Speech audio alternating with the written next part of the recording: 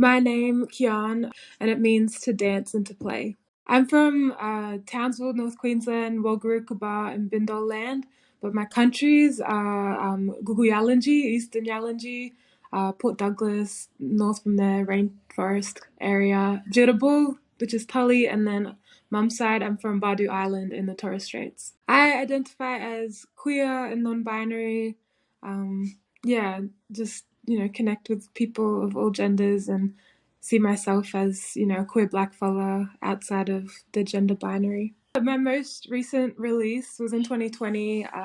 It's called Better Things, and it was just about trying to find my feet in Melbourne, going through a breakup, and just coming into myself. You can find me on social media at Kee.Ahn, K-E-E.Ahn on Instagram and Facebook and TikTok. Welcome to Queer Conversation. In the virtual studio with me today is Kee'Ahn.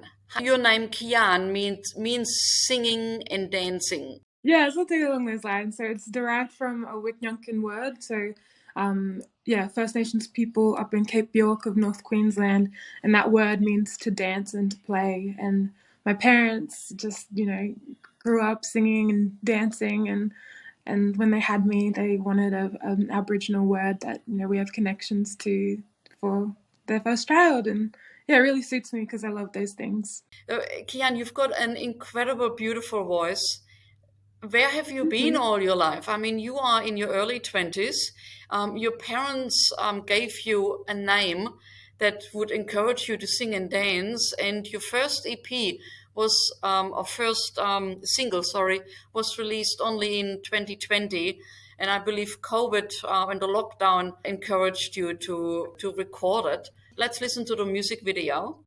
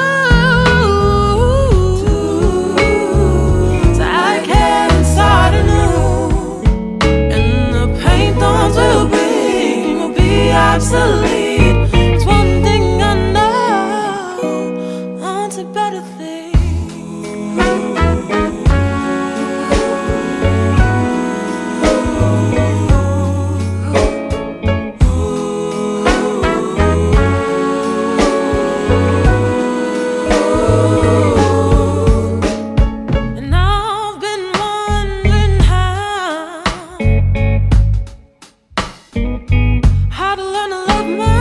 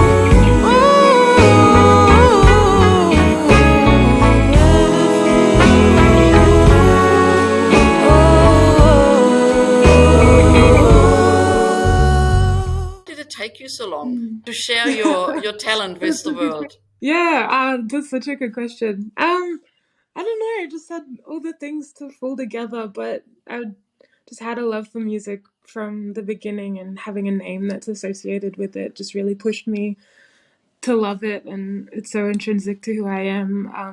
I guess it took me a while to release music because, yeah, I moved down here, which is in Naarm in Melbourne, from North Queensland, and um, yeah, it was one of the like first songs that I recorded with my friend Pat in 2019, and I guess when we went into lockdown, I was like, it's time to just put it out there, and is I guess hard time, but like was a song that really resonated with a lot of people going through COVID. So it happened, and I put it out, and yeah, I'm glad that it worked out. What happened afterwards? Like, it would have been a massive step for you. I'm sure you would have been singing and writing your own songs all your life, just for yourself, for your family, for the people around you.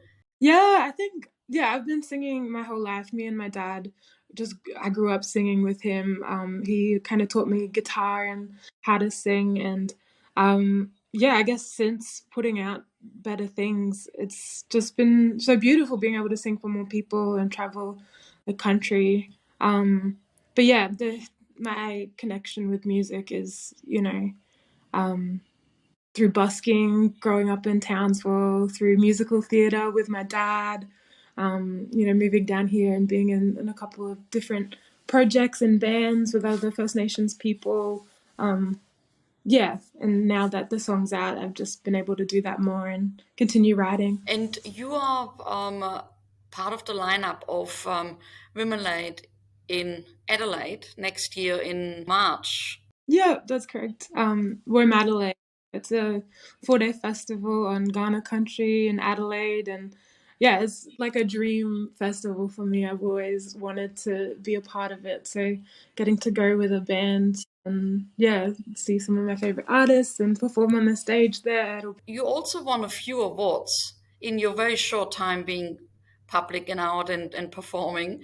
Tell us about the awards, and there's probably one that's very special to you. Yeah, so after I released Better Things, I was honored with uh, an award for the National Indigenous Music Awards. Um, and yeah, I won the Archie Roach Foundation Award, and it was so beautiful being presented that. It was all online because it was during COVID, but I really look up to Uncle Archie Roach. Yeah, may he rest in peace. And that night, seeing him on the screen with my housemates, watching the awards, and then him saying my name, we all kind of screamed and was so happy and so grateful. And my parents FaceTimed me and were screaming as well, all the way up in North Queensland. And yeah, it was beautiful to have been supported by national Indigenous music folks, and but also Uncle Archie, who's just a trailblazer and an icon for Aboriginal and Torres Strait Islander people. You're working on your EP, your first EP.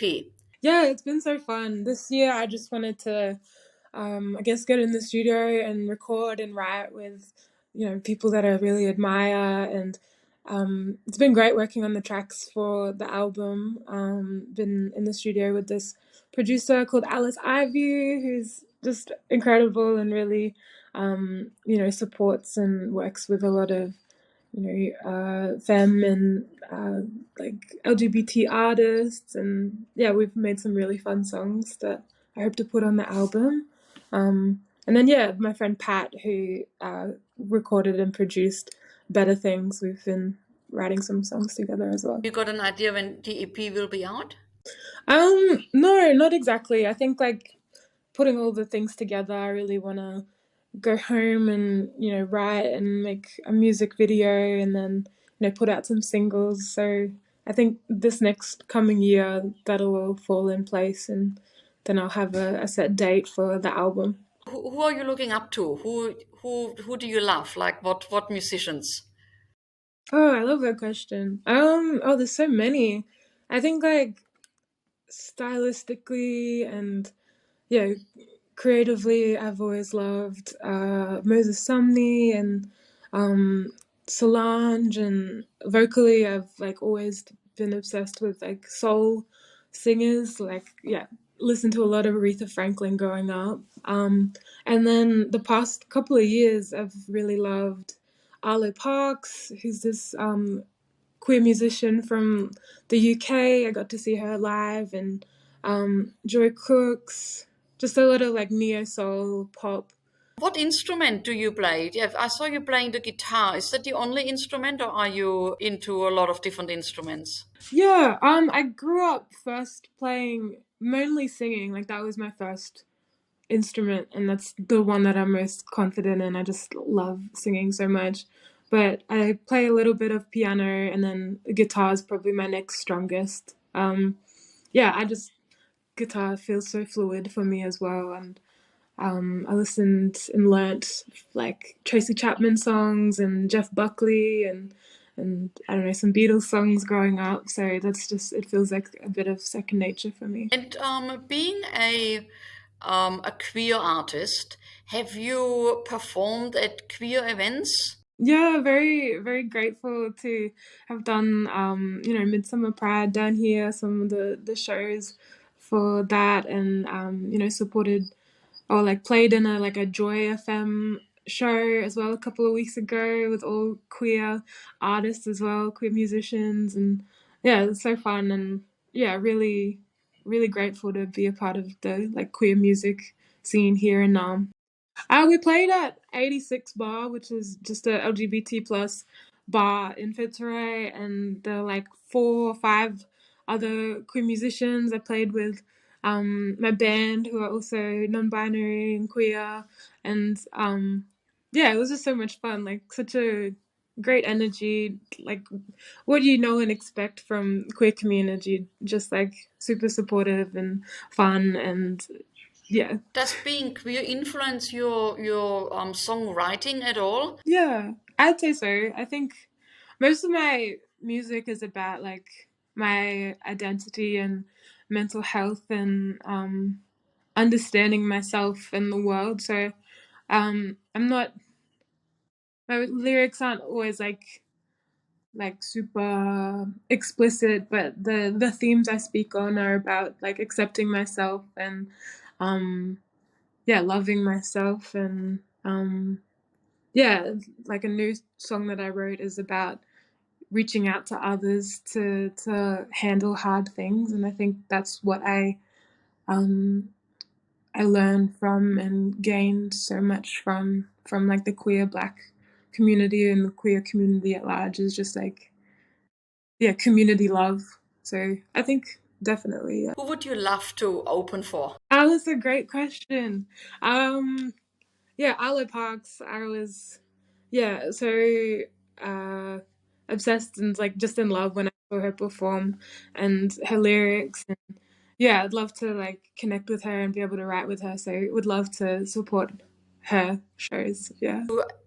Play at other places apart from the is Adelaide? That's now your next big gig. Yeah, so very lucky to have a lot of like interstate shows for 2023, one of them being WOMAD.